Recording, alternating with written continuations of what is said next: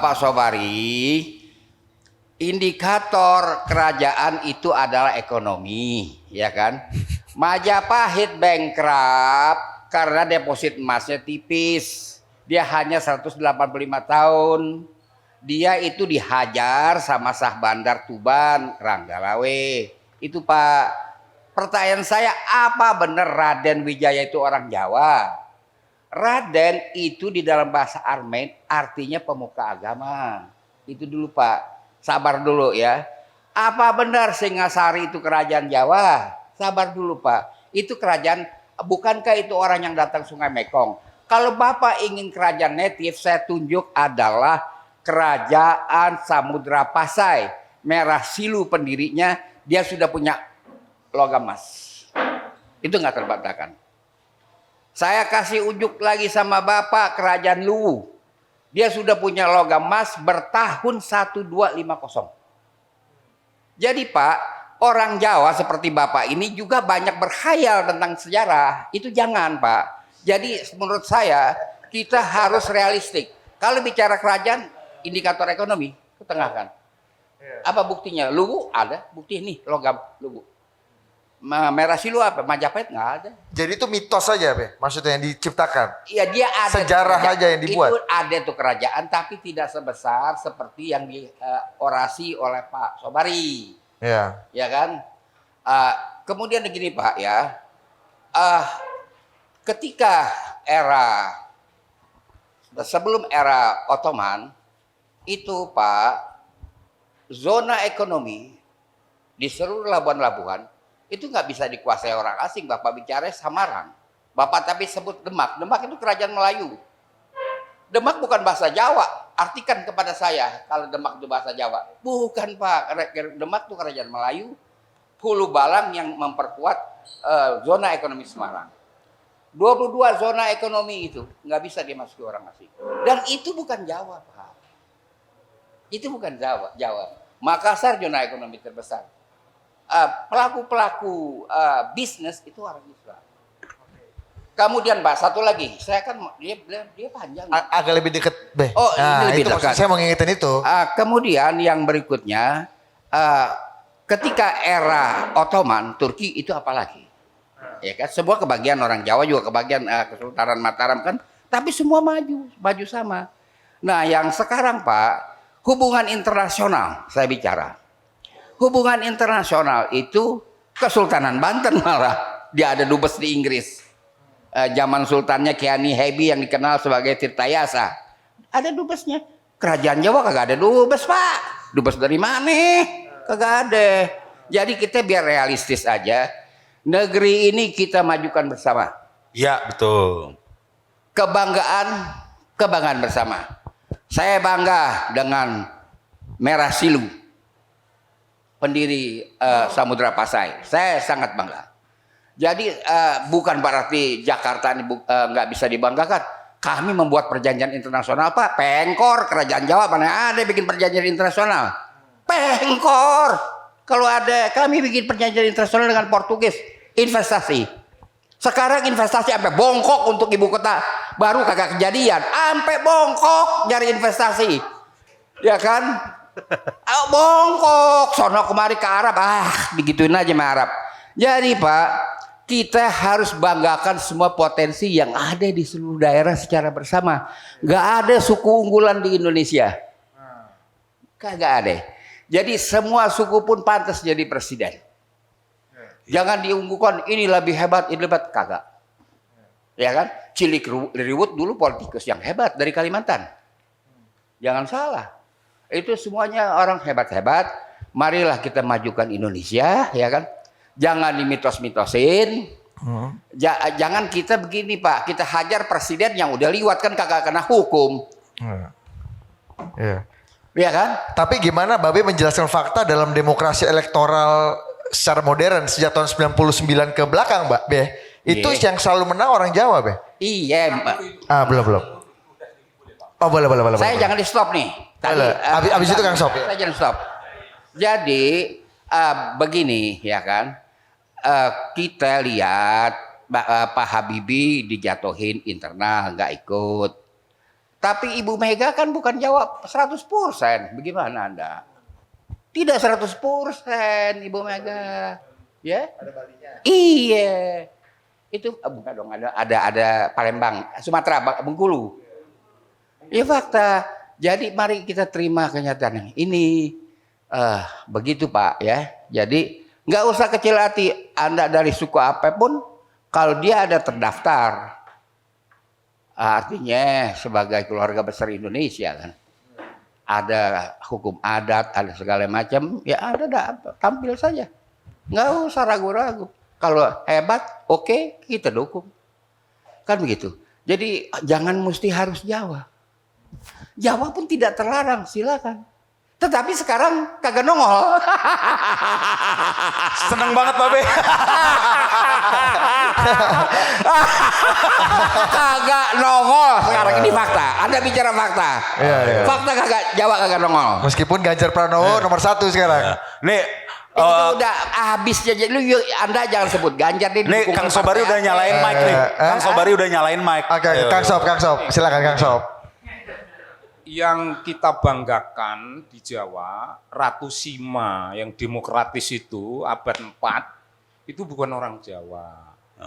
Wangsa Sanjaya, Sailendra bukan orang Jawa. Mereka pindah ke Jawa Timur dan Jawa Timur ialah representasi Jawa yang dahsyat, yang hebat, tapi toh bukan orang Jawa. Kita tahu itu, getir kita itu.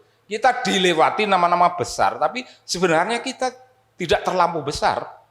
Lalu tadi setelah pindah ke Demak, ke Pajang dan Mataram dan seterusnya, itu menjadi Jawa yang Mataram sentris. Soeharto adalah bagian yang Mataram itu yang kita tidak ikut bangga. Tidak ikut bangga sama sekali. Kalau Ratu Sima kita bangga lah, udah lewat. Raja Senduk di Kediri, Jenggala, Dahat dan seterusnya, itu kita bangga. Bukan Jawa. Mereka membesarkan Jawa. Satu-satunya orang Jawa, ini konon, tapi kita tidak bisa memberi bukti. Ken Arok adalah satu-satunya orang Jawa yang menjadi raja.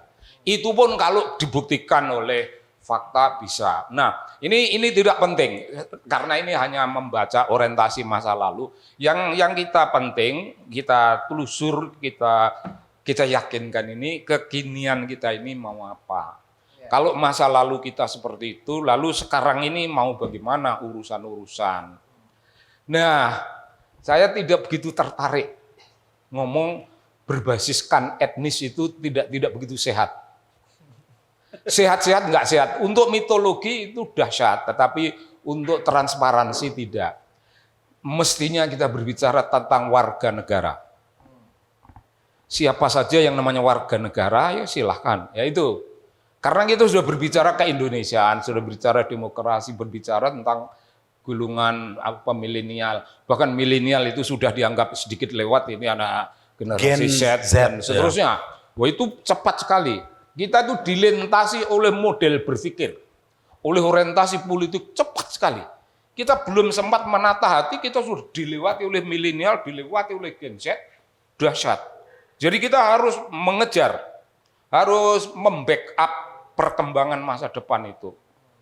Perkembangan itu silahkan bangsa Indonesia, tetapi harus juga tidak ada pembatasan. Itu mengapa harus Islam? Islam saya setuju, tetapi mendefinisikan Islam itu apa? Masa karena pakai peci lalu Islam? Nah bukan. Masa karena sholat 5 waktu, karena itu iya, sholat 5 waktu dengan seluruh rukun Islam dan rukun iman itulah gambarannya kasar Islam. Tapi bagaimana on ground? Itu kan ideologi itu ideologi. Yang on ground, apakah yang Islam itu terampil mengabdi bangsa? Apakah yang Islam itu taat kepada keaturan untuk tidak nyolong? Apakah yang Islam itu betul-betul menggambarkan Islam sebagaimana cita rasa kita di zaman Rasulullah? Zaman itu orang Islam itu betul-betul orang hebat, yang lainnya itu musuh yang betul-betul tidak hebat, itu zaman itu. Tapi ini zaman sekarang ini campur aduk. Orang yang Islam itu ada yang hebat sekali, ada yang tidak. Orang yang bukan Islam itu banyak sekali yang luar biasa dahsyat, tapi juga banyak tidak. Jadi kategorisasi Islam non Islam itu urusannya agak terlampau ideologis. Hidup tidak di atas ideologi, hidup itu di atas tindakan. Ideologi gagal mengubah dunia. Ideologi sudah gagal karena ideologi itu senjata tumpul. Kalau ideologi itu pedang, dia hanya tangkainya pedang, padahal kita butuh mata pedang. Ideologi itu tumbak, kita butuh tumbaknya, tidak butuh tangkainya tumbak, mau tumbak kayak pleret, mau kayak sangkelat, mau apa, tumbaknya yang penting bukan gagangnya. Ideologi adalah gagang, ideologi itu yang dipegang. Nah, apa yang mata tajam itu ialah tindakan. Tindakan nyata. Kalau kita bicara cinta, cinta itu bukan ideologi, cinta itu tindakan. Karena kalau cinta itu hanya kata-kata, ya ditinggalin lah. Harus tindakan. Aku mengambil cinta ini bukan cintanya roman-roman picisan, ini cintanya Rumi.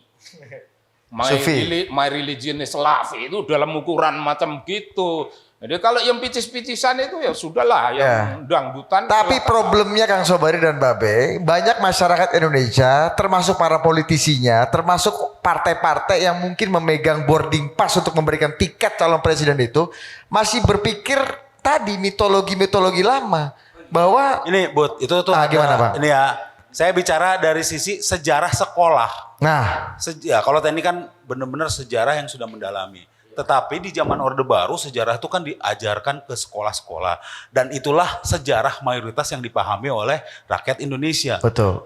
Kalau saya waktu sekolah zaman Orde Baru, nonton G30S itu wajib. Ya kan? Waktu itu. Nugroho Noto Susanto sama Daud Yusuf itu. Ya. Terus buku sejarahnya bilang bahwa Nusantara itu yang Muhammad Yamin bilang itu adalah dari Sumpah Palapa. Ya. Sumpah Palapa itu adalah sumpahnya Gajah Mada tidak akan memakan palapa sampai Nusantara bersatu. Ini kan sejarah sekolah yang sebenarnya setelah saya ini aneh. Yeah. Palapa itu apa? Palapa itu rebung. Bukan. Kalau yang saya baca rebung adalah walaupun itu siloka ya, itu artinya ada orang Jawa bersumpah berpuasa nggak makan rebung sampai Nusantara bersatu. Apa urusannya sama orang Sumatera gitu kan? Bukan urusan gua gitu. Nah, tapi itulah yang dipercaya oleh murid-murid saat itu gitu. Sumpah Palapa gitu. Artinya kan akhirnya masuk ke alam bawah sadar ya, bahwa Indonesia bersatu ini gara-gara si Gajah Mada ini. Betul. Gitu kan. Dan itu manifestasi dari Jawa. Iya, enggak maksudnya Babe. Bukan artinya saya percaya itu, tapi kenyataannya itu yang diajarkan di sekolah saat itu, begitu kan? Kita tahu. Ya silakan, Babe. Ini kan Saya mancing di rame nih, langsung kan? Halo. Itu politik hegemoni. Iya betul. Itu harus dianukan dulu. Kepentingannya hegemoni. Ya tapi kan bukan kenyataannya pendidikan. saat itu begitu kan, Kang? Iya. Itu harus dirombak. Iya. Host mengajukan soal Nusantara, Palapa, Gajah Mada. Lebih dekat, Be. Lebih dekat.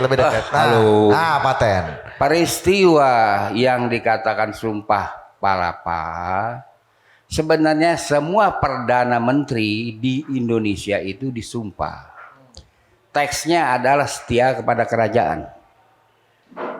Para Raton itu 1600 melaporkan sumpah yang dikatakan Palapa 238 tahun sebelumnya nggak bisa dipegang secara metode historiografis, nggak bisa. Ini bukan sumber semasa. Lalu dia Palapa itu daun mint. Daun mint itu adalah daun untuk menghangatkan tubuh. Itu banyak di yang disebut Gunung Padang Cianjur. Dia dinamakan Gunung Padang kan Padang kata yes. Kan ada peppermint. Nah itu dia nggak mau makan itu sampai Nusantara bersatu. Di dalam teks Nusantaranya itu bukan Indonesia. Nusantara itu salah satu pulau yang dia mau satukan, dia mau caplok. Nah, tapi disimpulkan jadi Indonesia sama Muhammad Yamin ya kan? Iya, bukan. Sabar dulu. Kalau penamaan Indonesia itu harus peta navigasi, bukan Nusantara. Apalagi Nusantara tuh artinya sekitar jarak. Bagaimana caranya kalau saya pidato hidup sekitar jarak? Kan Nusa Antara kan? orang kagak semangat, hidup sekitar jarak. Bagaimana ya? Ya kan kagak semangat. Nah itu Indonesia berasal dari Andunisi, bahasa Swahili, peta navigasi abad 8 kenegerian Ibu Suri. King Salman waktu kesini tetap ambil Andunisi. Kemudian terjadi salah baca menjadi Indonesia. Enggak apa-apa, saya bukan bermaksud memperjuangkan karena saya Islam, ya kan. Pak Sobari tadi setelah beragitasi tentang Islam, ya kan. Bukan karena soal itu. Soalnya bahwa itu tidak perlu dikembalikan lagi Andunisi. Kita asal tahu itu Andunisi menjadi Indonesia. Jadi kita harus pegang kepada peta navigasi.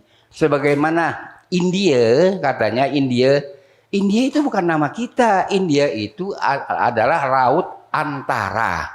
Somewhere in between Antartika and Pasifik. Begitu. Jadi itu Pak. Jadi ini apapun juga jati diri Indonesia harus disemangatkan.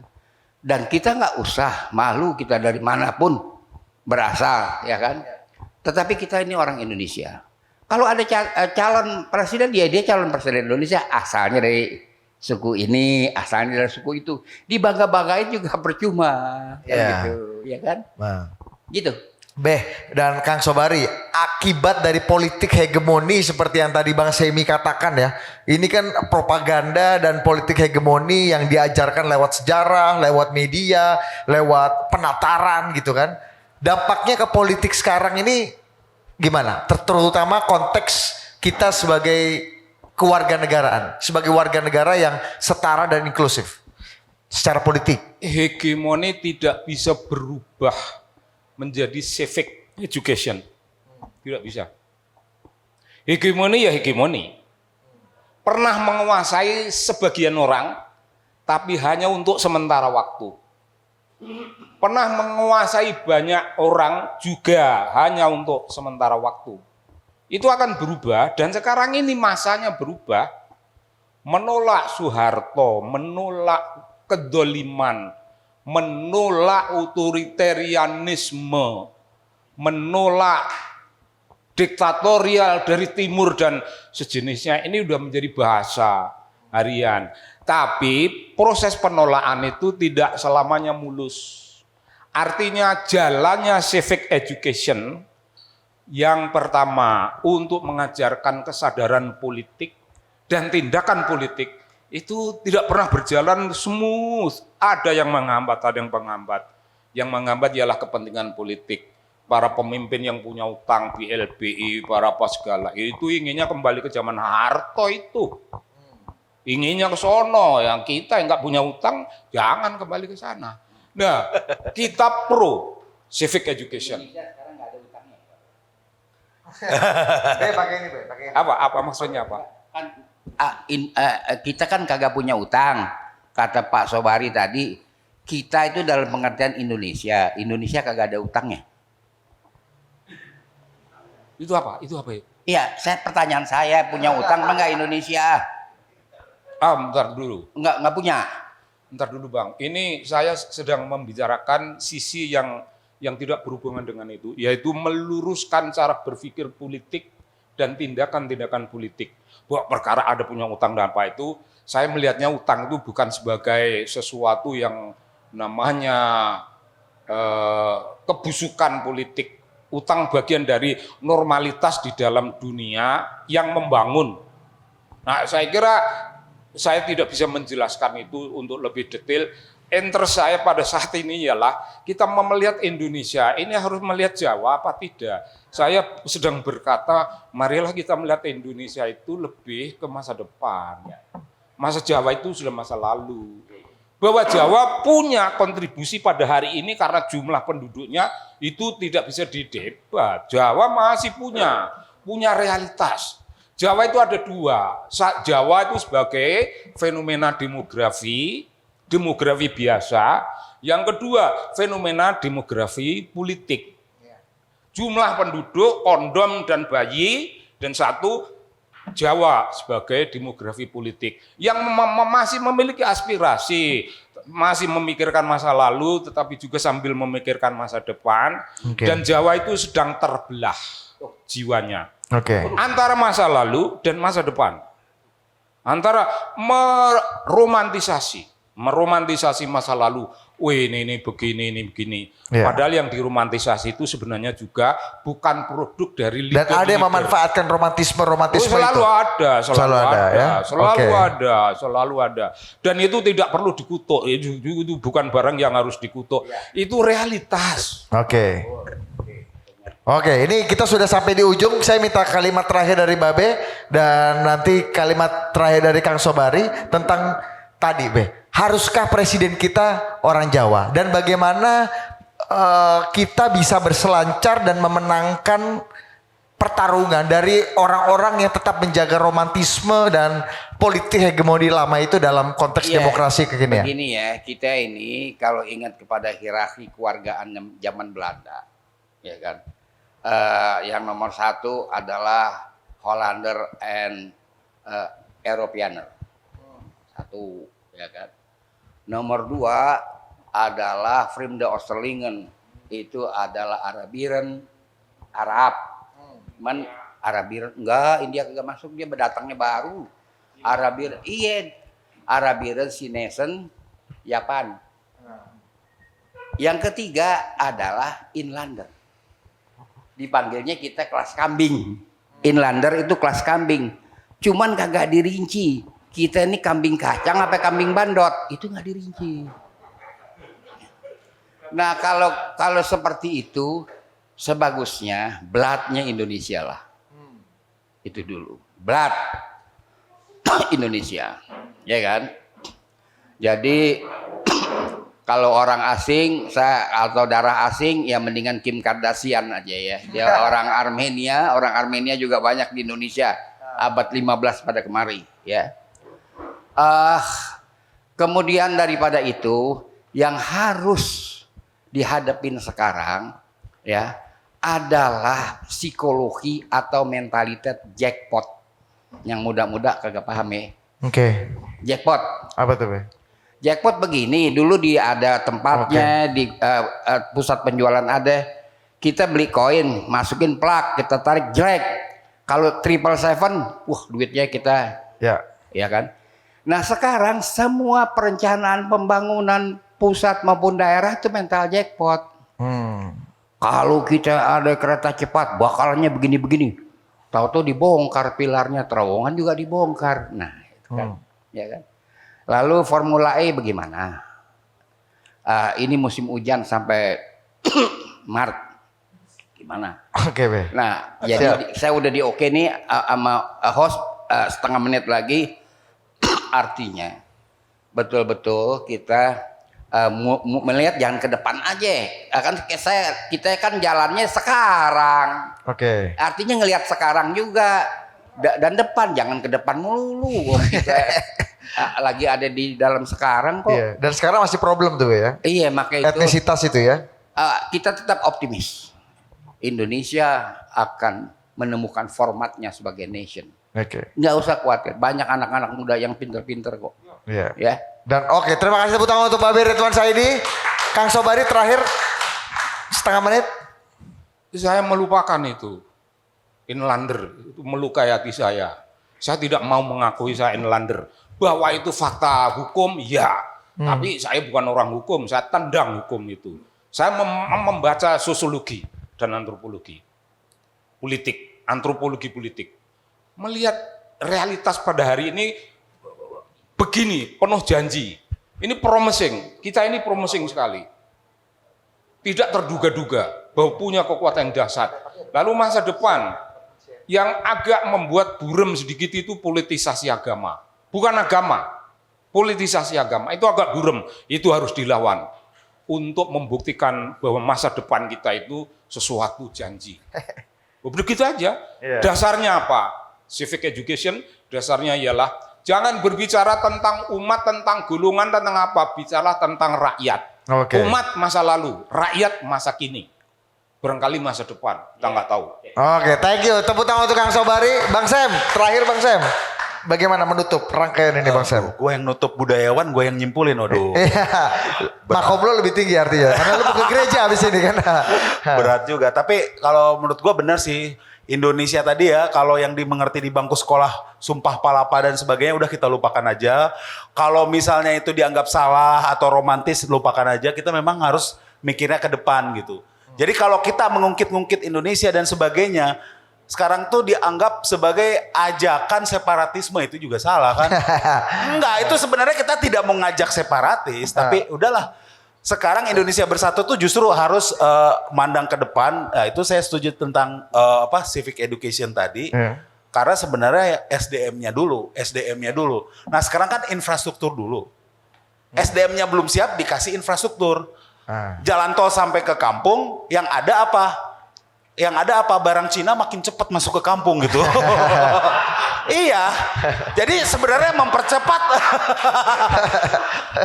Oke. Karena sebenarnya orang-orangnya belum siap. Jadi sebenarnya mau siapapun presidennya orang-orang karena gini, infrastruktur dibangun sebesar apapun, kalau anak-anak kita ribut dan gontok-gontokan nanti, sehari juga kelar itu dibakar. Nah, itu dari gua ya. Keren, cukup keren ya. Jadi civic education lebih penting dibanding infrastruktur. Okay. Cukup keren sebagai komedian ya. Cukup keren.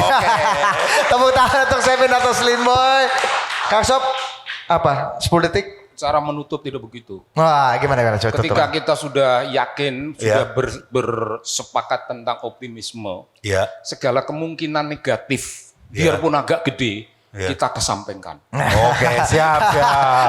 Oke, terima kasih teman-teman. Terima kasih di Safari 2024 di Total Politik. Sampai jumpa minggu depan. Oke, thank you.